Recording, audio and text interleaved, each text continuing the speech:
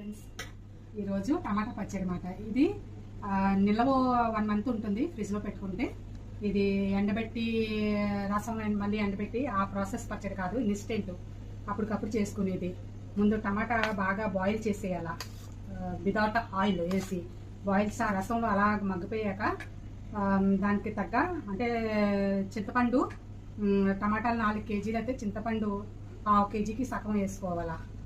వేసుకొని బాగా ఉడకబెట్టేసుకోవాలి. ఇది ఈ విధంగా ఉడకబెట్టేసుకుని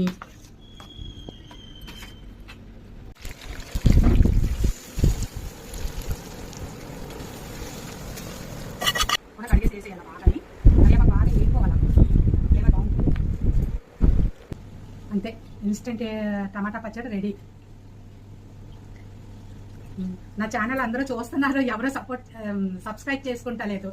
ప్లీజ్ సబ్స్క్రైబ్ చేసుకోండి నా ఛానల్ని.